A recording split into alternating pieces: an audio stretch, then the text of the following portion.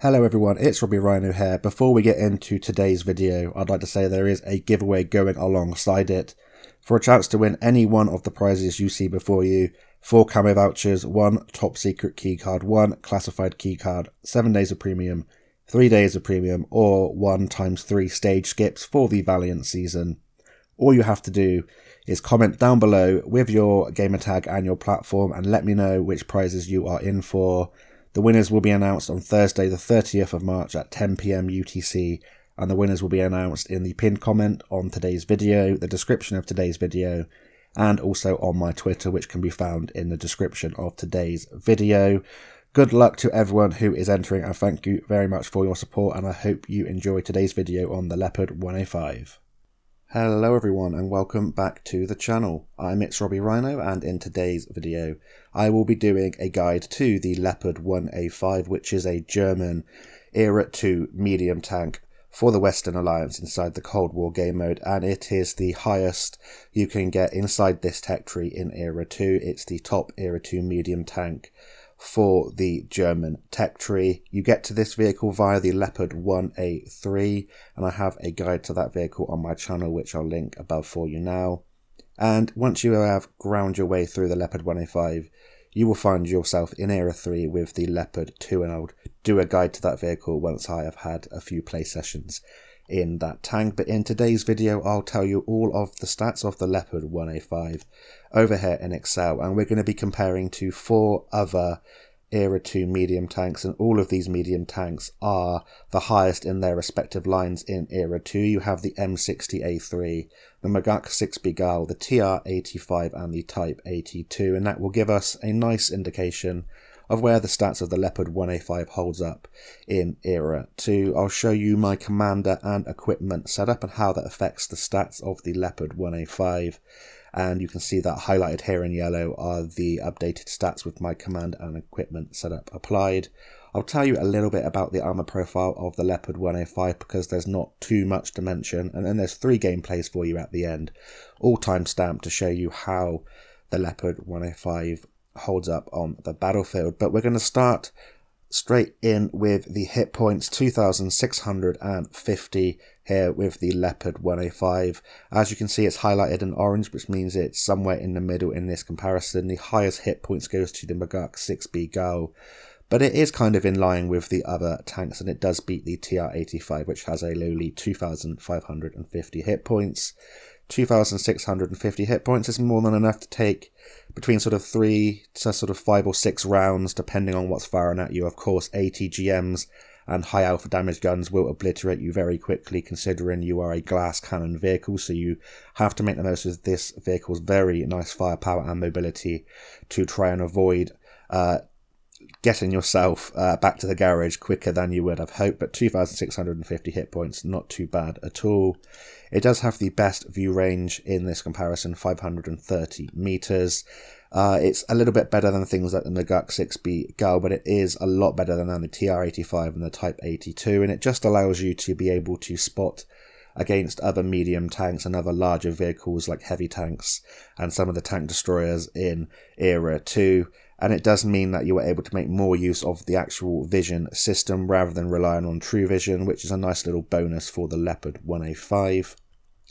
Now we're going to get on to 2 of the best aspects of this tank, and that's the mobility, and then on to its great 105mm gun. But talking of the mobility of the Leopard 1A5, you have an engine power of 950 horsepower and a power to weight ratio of 22.2.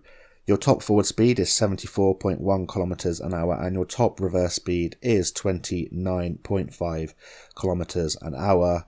In terms of your traverse speeds, your whole traverse is 48 degrees a second, and your turret traverse is 40 degrees a second.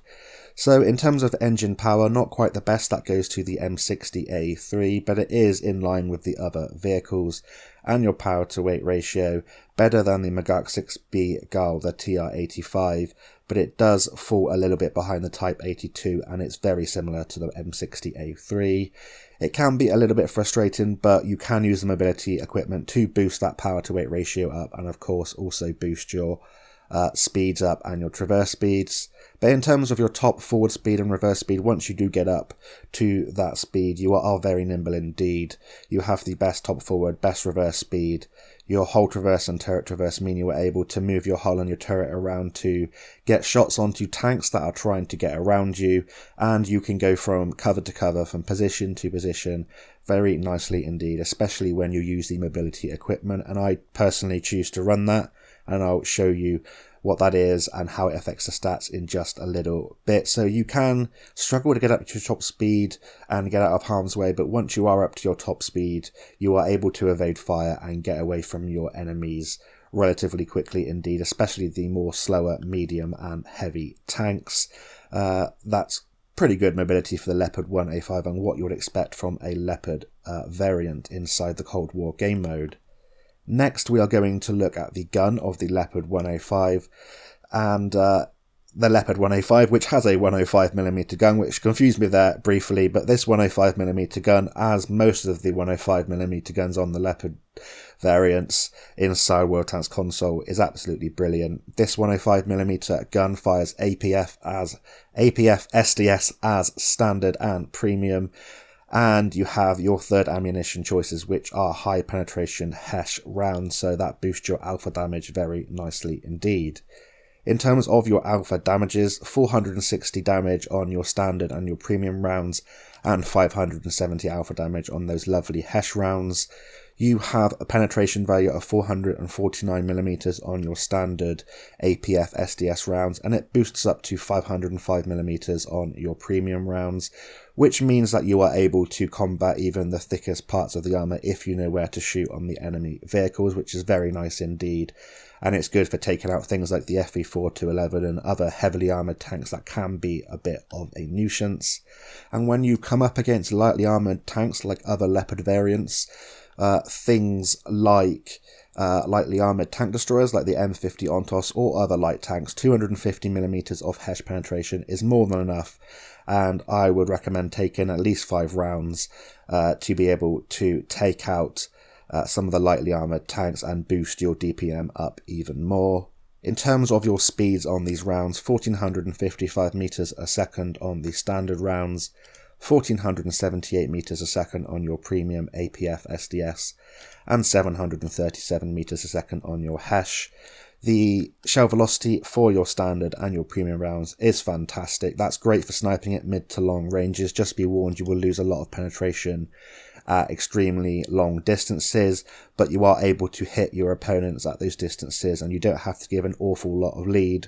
When you're using your HESH rounds, they're better used sort of mid to close ranges against light tanks when they're coming after you, because they have around half the shell velocity that your standard and premium rounds have, so definitely make use of them at closer distances. But it's a great sniping gun, and it's very, very nice indeed. And when we compare to the other tanks in this comparison, as you can see, the shell velocities, they're pretty similar to the other tanks. They have very nice sniping guns. The best in this comparison goes to the standard rounds on the M60A3 at 1508 meters a second, but that's only a little bit better than the Leopard 1A5.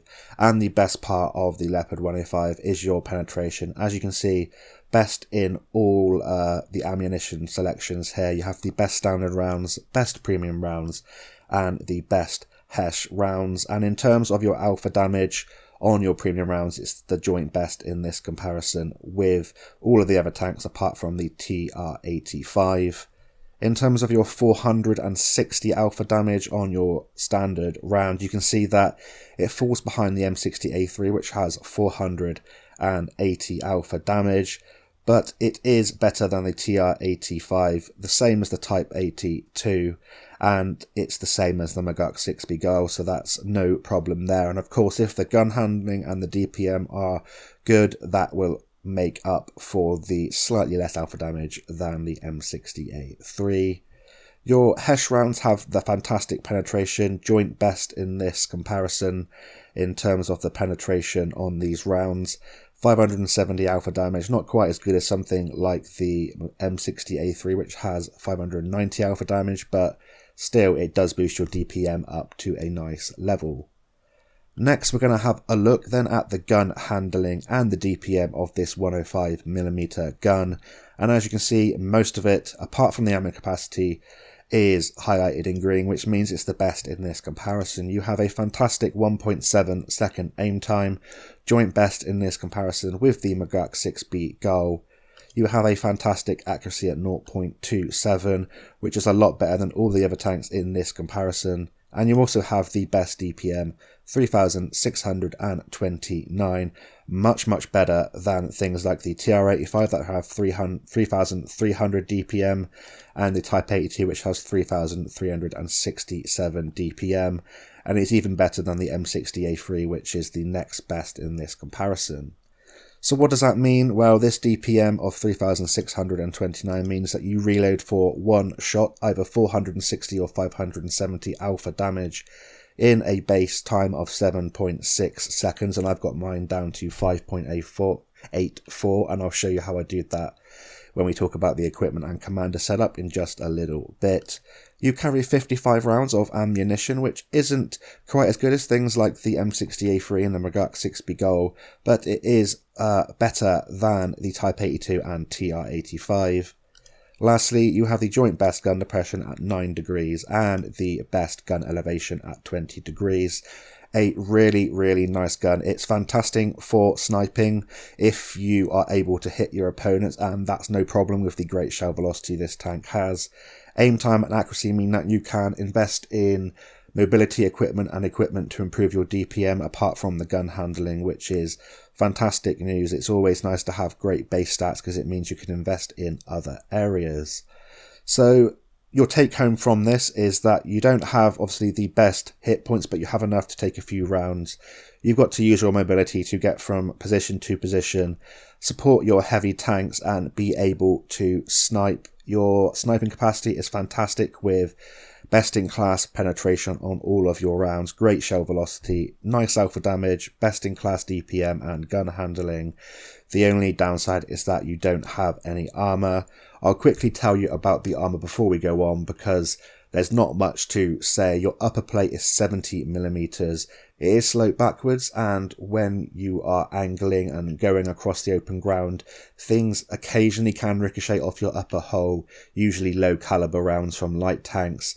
But apart from that, your armor is extremely thin indeed. Your mantlet's only 65mm thick, and the turret to the side is 60mm. You've got a 50mm lower plate.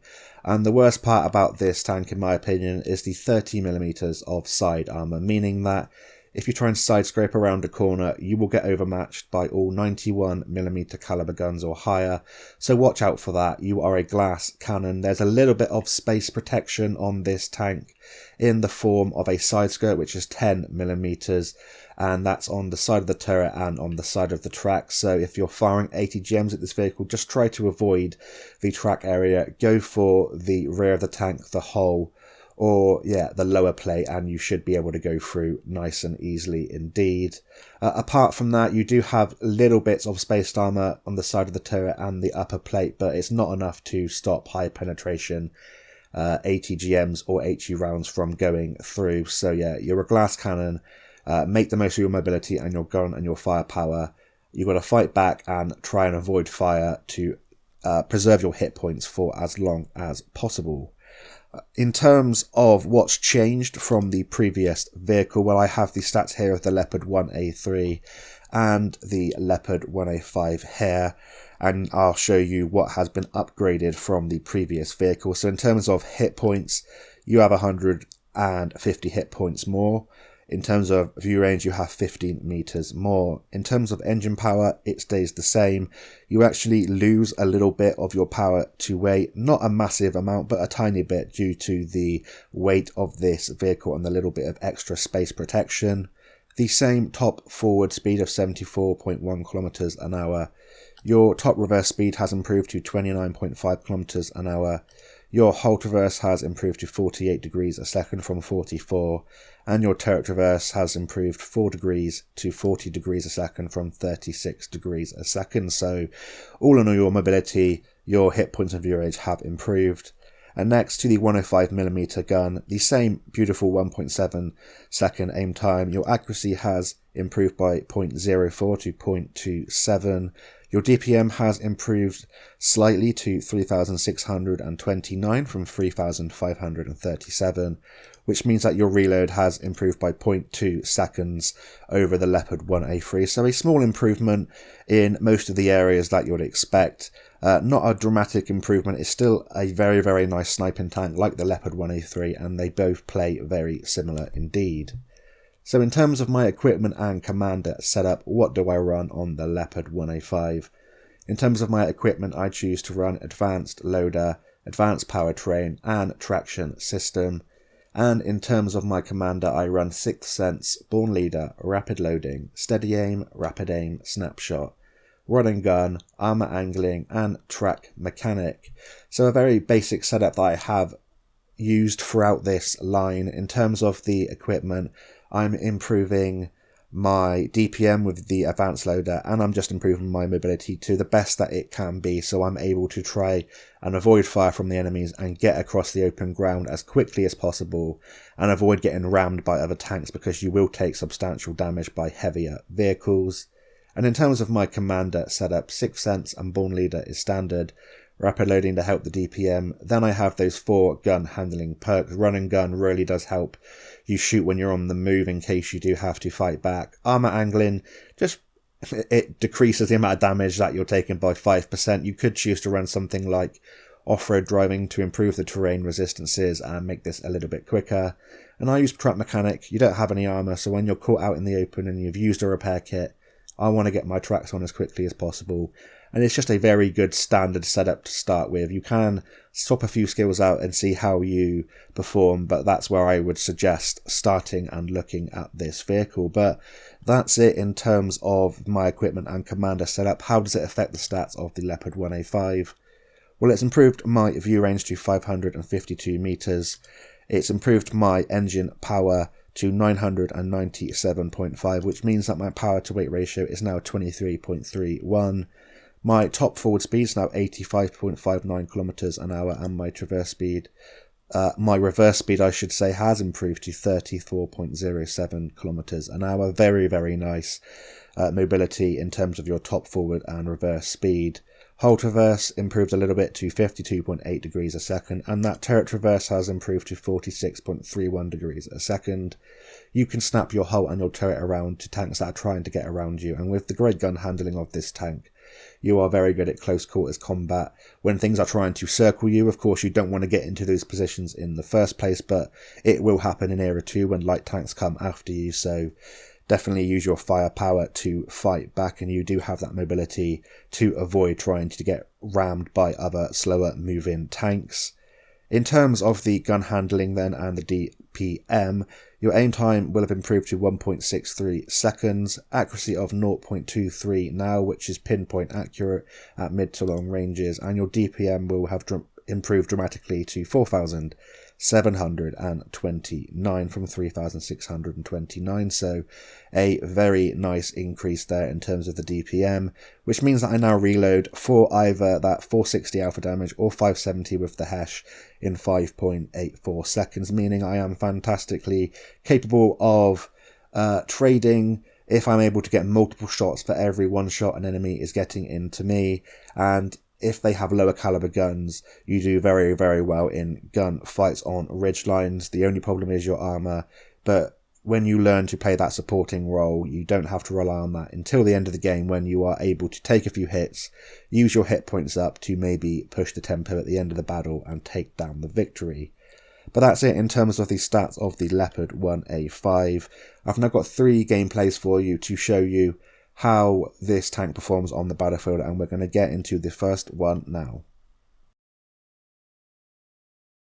So you're joining me here on Dezful in a standard battle in the Leopard 1A5, and I believe in this particular game I was still grinding for the top gun package on the Leopard 1A5, but all of these gameplays are really nice indications of how this tank performs and how you should play it. It's a great support vehicle. You definitely don't want to get into engagements where You're trading 1-for-1 with tanks that do have the ability to bounce shots. You're best at mid to long range is supporting your allies and using your mobility and your hit points later on in the battle to get stuck in and maybe trade with tanks then when there are less tanks to shoot at you and you know you are able to take a hit. But for the start of the battle, come to a location where you are able to get a little bit of an overview of the battlefield depending on what map you're on. And in the case of Dezful here, we are in the centre. We're able to get some nice sniping shots at tanks that are situated down the zero line towards the south and also towards that bridge to the north. And I'm just trying to get little bits of damage here and there, trying to avoid getting shot, keeping my hit points intact. And then when a flank has been won, or when there is the chance to use the mobility to cross the open ground and get into a more advantageous position, I will use my mobility in the tank to do that, and hopefully that will be a good influence in the battle. But so far we've just been getting some sniping shots, picking up 1.3k damage. It's already 4 minutes into the battle, so you can see that I am playing this very slowly at the start. You definitely don't want to get caught out and chased down by hordes of tanks because you don't have any armour and you will be caught up, especially by light tanks, even if you do boost the mobility, because so many things are so fast in Era 2 of the Cold War game mode.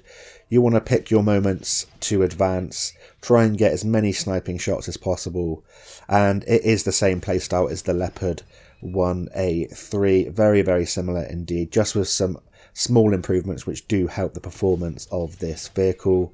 You do have that ability to bounce off your upper plate from low caliber grounds, and apart from that you really can't rely on any of the armour. You'll get obliterated by ATGMs and you won't do very well against high explosive or high penetration, high explosive or HESH rounds at all in Era 2, so you have to make the most of that. But we're trying to get into a position to help this T55 Enigma, even though it looks like I'm trying to annoy him there. I was trying to get as many rounds against the opposition whilst he was fighting them as well, to avoid the chance of both of us taking damage.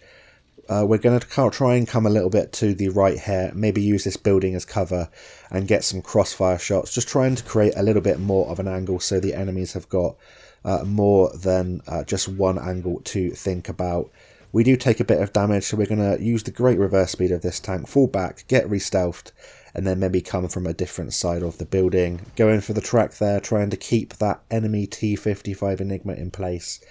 We manage to get a penetrating shot, track him in place, and he gets subsequently taken out by, I believe, our friendly T55 Enigma, and that allows us to get one more tank off the battlefield.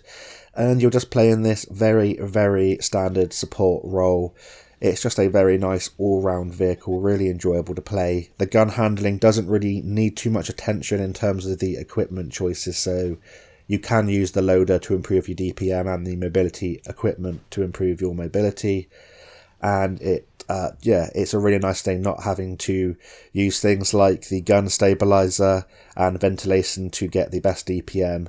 It allows you to improve other aspects of the vehicle, and it's why these tanks are one of the best to play, I believe, in Era 2, or the more fun to play, especially when you do get the hang of this support style gameplay. You definitely don't want to be the first one into locations that are known for having many different tanks, and when you do get caught out, you are at risk of getting taken out very quickly indeed. In this situation, this isn't ideal against this M60A1. We've got onto a position where we're trading 1-for-1, and I'm confident in my ability to hit and penetrate that M60A1 with the Leopard 1A5. But every single time that M60A1 pops out, he is going to get a damaging shot into us. We can't side scrape. He's got a higher caliber gun than our side armor will protect us from, which means that we'd always get penetrated. So we've used the enhanced smoke, which I use to get out of situations like that, and it can be a godsend for a tank that hasn't got any armor like the Leopard 1A5. And now we're going to come up against this T55 Enigma. Unfortunately, that thing's crazy armor helped it there, but we are able to go through the front of that very powerful tank with our premium rounds here.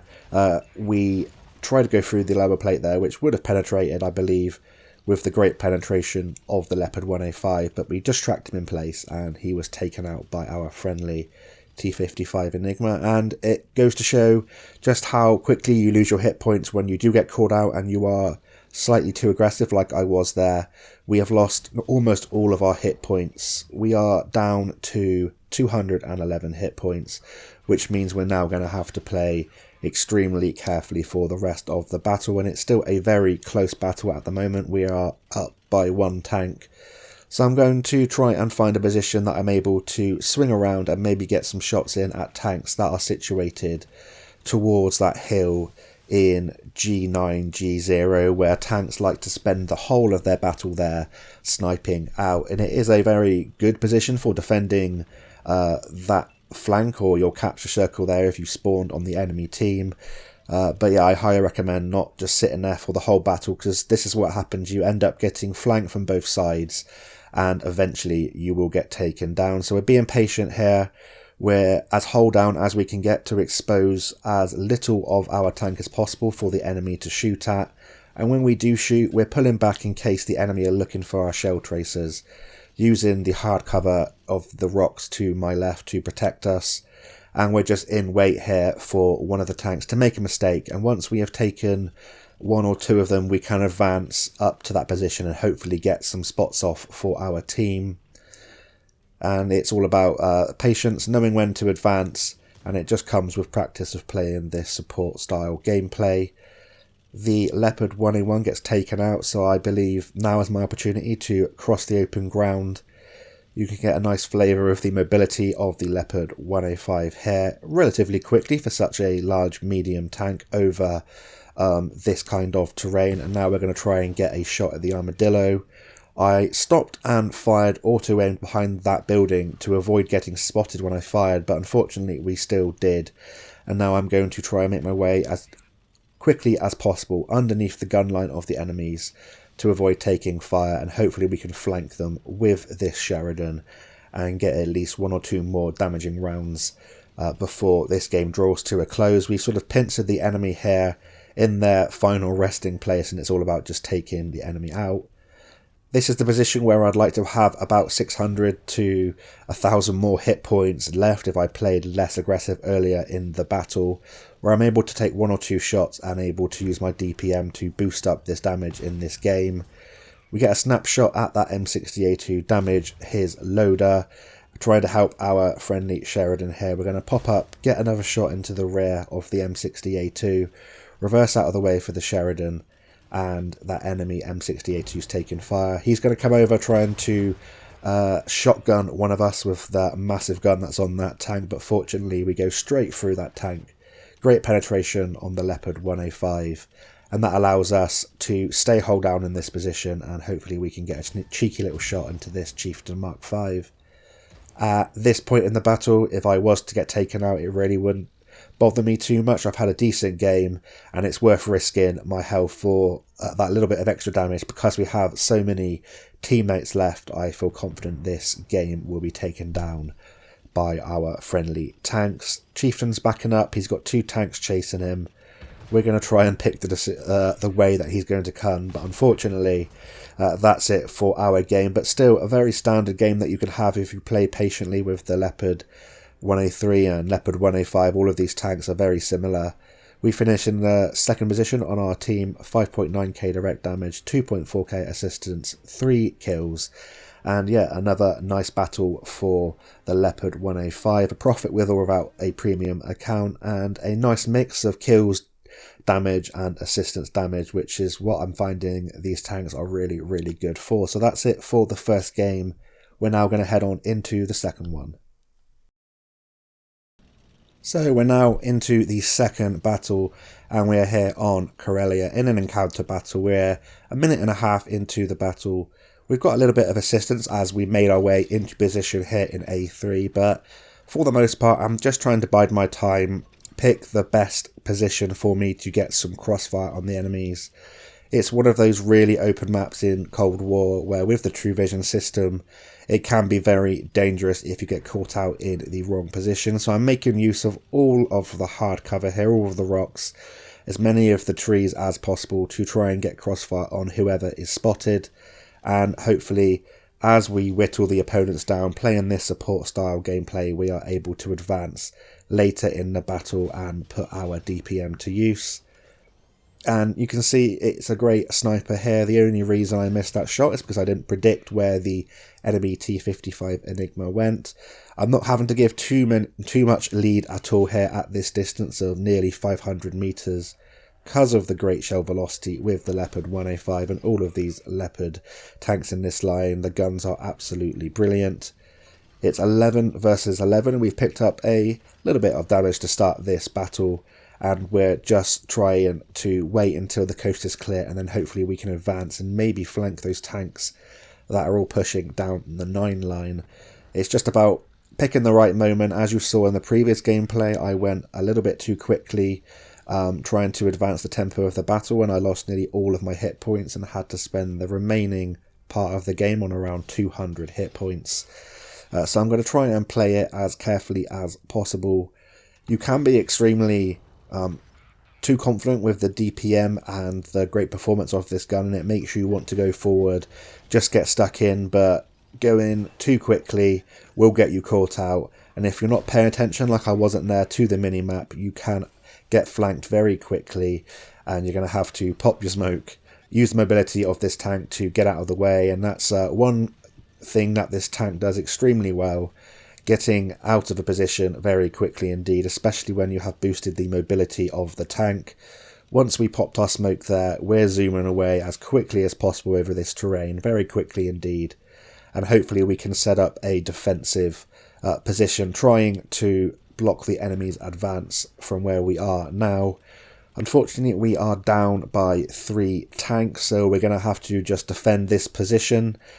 And whilst that FV4211 is engaged with all of those tanks, we're going to have to use our gun depression here and our DPM to get as many shots into the enemy tanks as possible, because the quicker we can get them taken out, the more chance we have of surviving this engagement. And I can think of no better tank to pop up, snap a shot in and use the gun depression than this tank. The only problem is, of course, our gun mantlet is extremely weak, but we're going for the weak point here on the FV4211 on the upper plate. There's that little rectangle section directly below the gun, and at that angle we should even be able to go through the lower plate, especially with the premium rounds.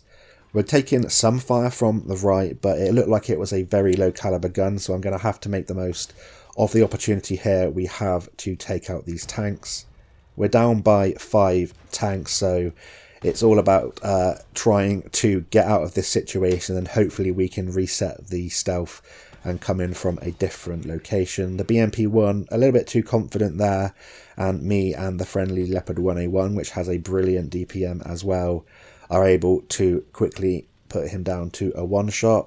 We're now falling back another ridge line, making the enemy come to us, expose their lower plates and expose themselves whilst they come over the ridge line. And we are putting our gun to work with the Leopard 1A1. The German tanks here doing extremely well, trying to save this battle for our team. And as the enemy BMP2 tries to come and flank our friendly light tank, we get a free aimed shot there. Don't have to give an awful lot of lead again with the great shell velocity, and we take him out, meaning that we've turned that situation into a 4 versus 2 in our favour. And now I can use some of my hit points to get around this enemy T55 Enigma, turn him for my friendly tanks, and then that hopefully will allow me to either get more damage, get more assistance, or hopefully both. You can see here that when you are at top speed and you're fighting a tank that has a lot of armour but not great mobility, you can really annoy them. You can almost circle them like a light tank, and it's at this moment where just keeping that extra little bit of hit points can really come in handy. It allows you to be the aggressor and to get that little bit of extra XP at the end of the game by pushing forwards. It's now 4 of us versus 1 tank. I'm able to take a shot unless I get ammo-x, so we're going to use our mobility and try and be the one to spot this tank out, and then we can get the full extent of the XP for this battle and hopefully take this one down. We get a nice shot there on the move at that T55 Enigma. We managed to evade his fire, by swiveling there very quickly indeed with the upgraded mobility, with the mobility equipment. Act like we're going to the right, but instead we're going to go down into the dip and try and go all the way around. And hopefully that will allow our friendlies to get into a position to flank him from the rear and hopefully allow us to get a couple of side shots. Being very cheeky here, just annoying this enemy tier 55 Enigma, trying to bait him out into the open for our friends. We're getting a few shots in and also some nice assistance, and in a very short space of time the great DPM of this tank boosted that game into a very decent one. We make a profit with or without a premium account. That's only a first class, 4 kills, 8.4k direct damage and 446 assistance. I believe I was still grinding for the top gun package here on the Leopard 1A5 in this battle, but the playstyle is the same, a great tank and a very nice support tank indeed. And that's it for the second gameplay. I'm now going to head on into the third and the final battle. Here we are into the third and final battle of today's video. We are a minute into this battle here on Kaunas. It's a standard battle. And for the start of this battle, we've just been trying to get some shots off towards the south, and it hasn't really materialized, but I didn't want to push my luck with this tank. This map is one of those that tends to invite YOLO light tanks, but we managed to get a nice shot there into that T92.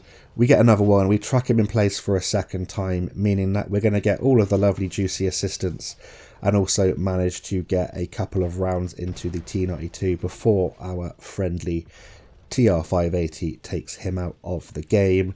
It looks like the majority of the enemy vehicles are all in the south or all in the town, so we're going to make our way as slowly as possible here into the centre and try and get into a position where we can hopefully get some vision out or hopefully get some crossfire into the enemies. And this support style gameplay really is all about finding these little windows of opportunity to move forward in the enemy's defences, I should say, and try and get some nice crossfire into the opponents. Use distractions like I'm doing now of these two light tanks, and we're going to slowly come around this corner and hopefully get some cheeky shots into the rear of this WZ-122 and the VT2.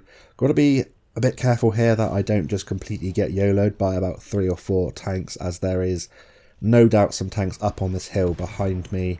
But whilst I'm here, I know I do have a little bit of covering fire to the left and a light tank that is flanking back around. And I've just got to be a little bit careful, as in this particular gameplay, whilst I was still grinding, I was testing out using combat rations instead of the enhanced smoke screen. This will improve your DPM even more. However, there is that risk that when you don't have a smoke screen and there's an ATGM incoming, sometimes you've just got to suck it up and take it. But we're using the nice reverse speed of this tank to drop down another ridgeline and then hopefully get our backside out of this location, because the enemies look like they were going to come for us. There's no more help for us in this location. The enemy pokes around, tries to get a shot into us. We're trying to fire back on the move, and it's just trying to get as far away as possible now, and we can join up with our teammates and then play the supporting role again. I drive like a complete idiot, and fortunately I don't take any more damage than that. If there was that WZ-122 still there, no doubt that I would have been taking an ATGM right into the rear of this tank, and it wouldn't have been pretty, probably resulting in a fire.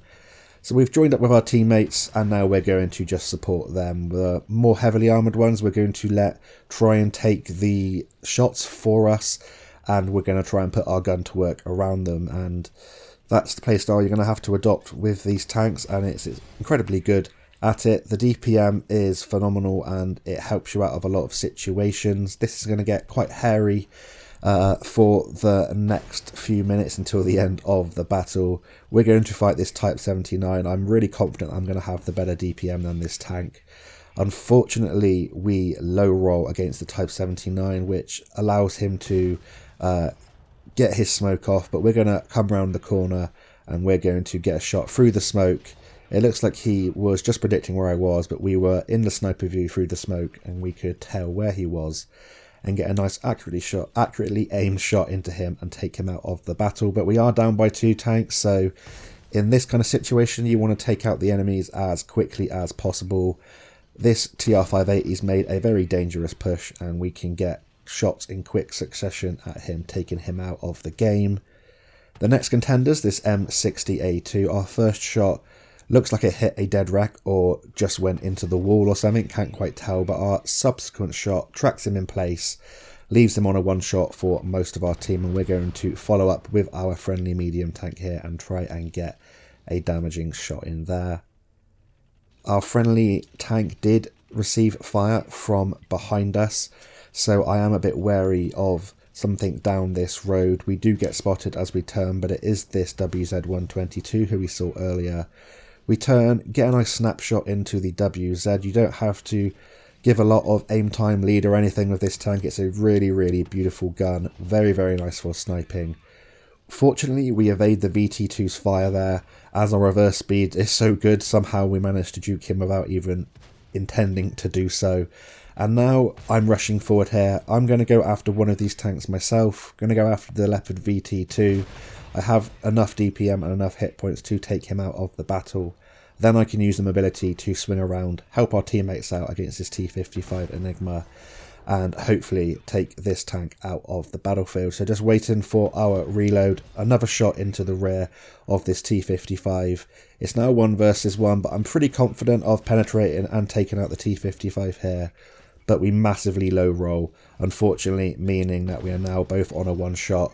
We wait in position, we fire as soon as we can, and with the great shell velocity, we take that enemy T55 Enigma out of the game. Another very nice result in the Leopard 1A5, a nice profit with or without a premium account. We get the Mastery badge with 1552 base experience points, 5 kills, 7.2k, direct damage, 784 assistance. Our DPM helping us there, playing the support role throughout the battle, taking tanks out where we can with the great penetration. And I really, really like this line. I highly recommend it.